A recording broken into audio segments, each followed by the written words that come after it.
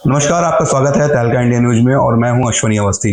इस वक्त आज हम बात करेंगे कि लगातार जैसे कि कैंसर जैसी बीमारियां बढ़ती जा रही हैं और उसके साथ साथ कैंसर के प्रकार भी बढ़ रहे हैं। हमारे साथ बात करने के लिए इस वक्त मौजूद हैं वैद्य सुभाष नायर जी। उनसे जानेंगे कि किस प्रकार से जिस प्रकार के मरीजों का डायग्नोज किया जाता है कि और देखा जाता है कि प्रकार के साथ साथ कैंसर की बीमारियां और कैंसर के प्रकार बढ़ते जा रहे हैं, उनको कैसे करते हैं। सबसे पहले आपका बहुत बहुत स्वागत है तहलका इंडिया न्यूज में।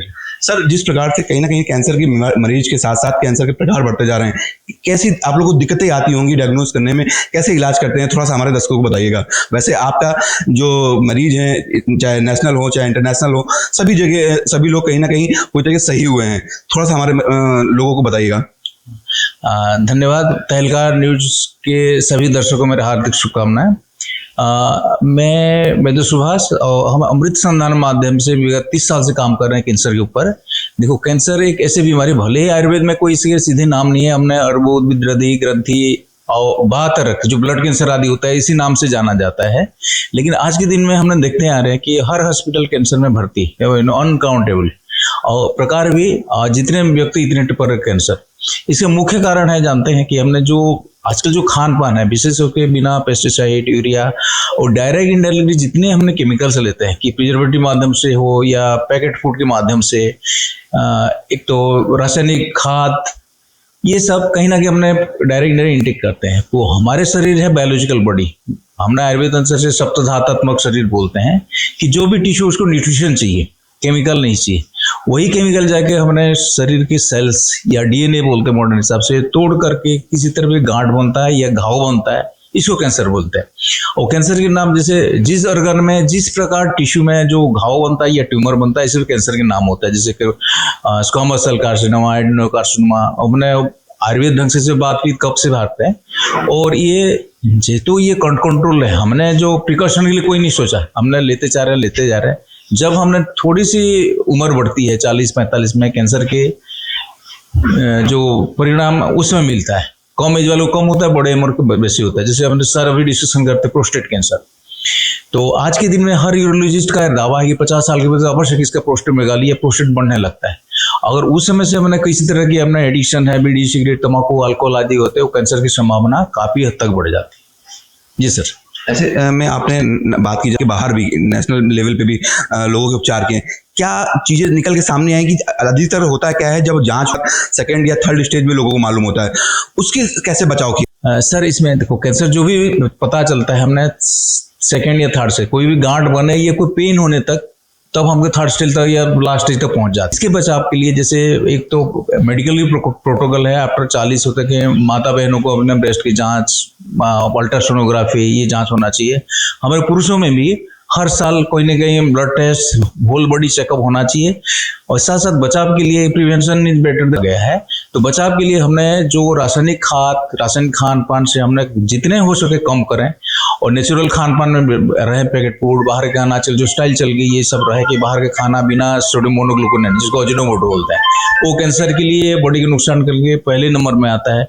जो भी पैक्ड हो गए 3-4 केमिकल अवश्य होता है, जैसे केचप खाते हैं, सॉस खाते हैं, इसमें सोडियम बेंजेट, सोडियम पाराबीन, इस तरह के कई सारे प्रिजर्वेटिव होते हैं। वो कोई भी केमिकल हमारे शरीर कहीं ना कहीं तोड़ फोड़ करता ही करता है, इससे बचा जाए। और हमारे संस्कृत कहता है, आयुर्वेद कहता है, स्वस्थ से स्वास्थ्य रखें, जो फिट है उसको फिट बना रहे।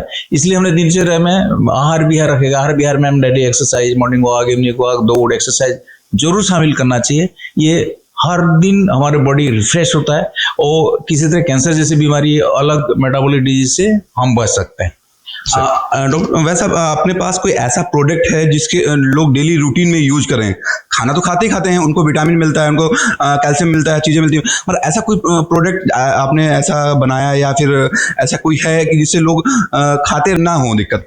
बिल्कुल सर, ये आपने एकदम इम्पोर्टेंट और सही जवाब लिया। देखिए, हमारे संस्कृति में जितने भी हम खान पान में शामिल किए हैं, सब आयुर्वेद है। अब देखो, बिना किचन में जो यूज है, जीरा, धनिया, हल्दी, सौंफ, ये कहीं ना कहीं इसने हमने डाइजेस्टिव पावर, इम्यूनिटी बढ़ाया, या विषनाशक हल्दी।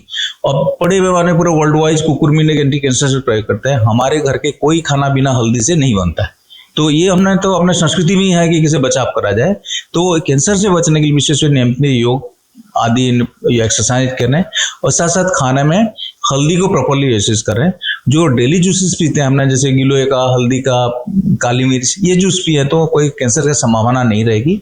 और भी बहुत सारे फॉर्मुलेशन हैं, जैसे कोई भी हमने जैसे रसायन लेते हैं, जैसे च्यवनप्राश, अश्वगंधा रसायन, कोई भी रसायन बॉडी इम्यूनिटी बढ़ाते हुए शरीर को बीमार पड़ने से या कैंसर होने से बचाता है।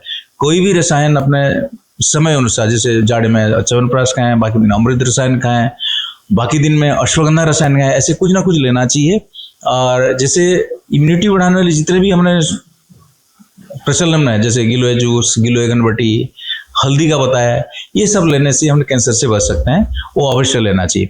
जैसे साउथ में एक अच्छी परंपरा है, जिसे हम नॉर्थ इंडियन में खीरा, गाजर, टमाटर के सलाद लेते हैं, उनके सलाद में हल्दी कचेली की जरूर होती है।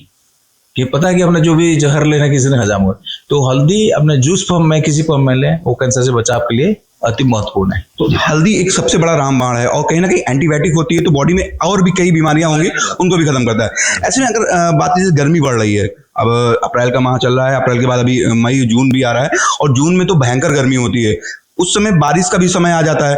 ऐसे में किस चीजों से बचाव करना चाहिए, थोड़ा सा हमारे दर्शकों को बताइएगा। हाँ जरूर। देखिए, अगर एक तो पहले गर्मी, अभी गर्मी ऐसे कंडीशन में और डिहाइड्रेशन और शरीर में एसिडोसिस हो सकते हैं, पेट की समस्या जैसे एमोबाइसिस, डायरिया आदि अवश्य लग जाता है। तो उसमें एक तो डिहाइड्रेटेड पानी खूब पिएं, और पैकेट फूड बाजार बचकर खाएं कि इस तरह इन्फेक्शन होने के लिए, एसिडोसिस करने की संभावना रहती है। और नेक्स्ट जो बारिश होती है उसमें इन्फेक्शन आदि की बड़ी संभावना होता है, जैसे डेंगू, चिकनगुनिया आजकल अपने देश में ज़्यादा है। उस समय हमने तो खान पान में सुधार करें और साफ सफाई विशेष ध्यान रखें, पानी खूब पिएं, पानी शुद्ध पानी होना चाहिए। ये सब 3-4 सॉल्यूशन से हमने गर्मी से और इन्फेक्शन से बचेंगे, ठीक है। और कोई भी ऐसी समस्या हो तो अपने पाचन तंत्र ठीक रखें, जैसे चित्रगादी वटी, कोई फ्रेश शिकंजी आदि पिएं। एक गर्मी में और पेट को ठीक रखेंगे बहुत अच्छे उपाय है सत्तू, जो बार्ली, पेट के लिए सत्तू नाम में बार्ली पड़ता है, बार्ली, चने और जीरा का सत्तू लें। ये लेने से एक एसिडोसिस पेट में ठीक रखती है, पेट भी ठीक रहता है, परिश्रा खुल के होता है, और साथ साथ बॉडी एनर्जेटिक रहती है। ये एक ऐसे प्रिपरेशन आपके गर्मी में बचने के लिए अच्छे तरीका है। जी सर, धन्यवाद। हमारे साथ डॉक्टर वैस जी थे, उन्होंने बताया कि जिस प्रकार से लगातार गर्मी बढ़ रही है और किस प्रकार से बचाव करें, खासकर अपने सलाद में जैसे हल्दी का और खाने में ज़्यादा से ज़्यादा प्रयोग करें, जिससे जो भी हल्दी एंटीबायोटिक होती है और बॉडी में जाके जो भी टॉक्सिन्स या अन्य जम रहे होते हैं केमिकल्स, उनको खत्म करती है। और उसके साथ साथ जो आजकल के नए नए कैंसर के जो मरीज आ रहे हैं, और मरीजों के साथ में जो भी कैंसर के प्रकार निकल के आ रहे हैं, वो भी कहीं ना कहीं उनको भी खत्म करती है। इसी जानकारी के साथ साथ मैं आगे भी जानकारी आपको देता रहूंगा। तहलका इंडिया न्यूज के साथ जुड़े रहें।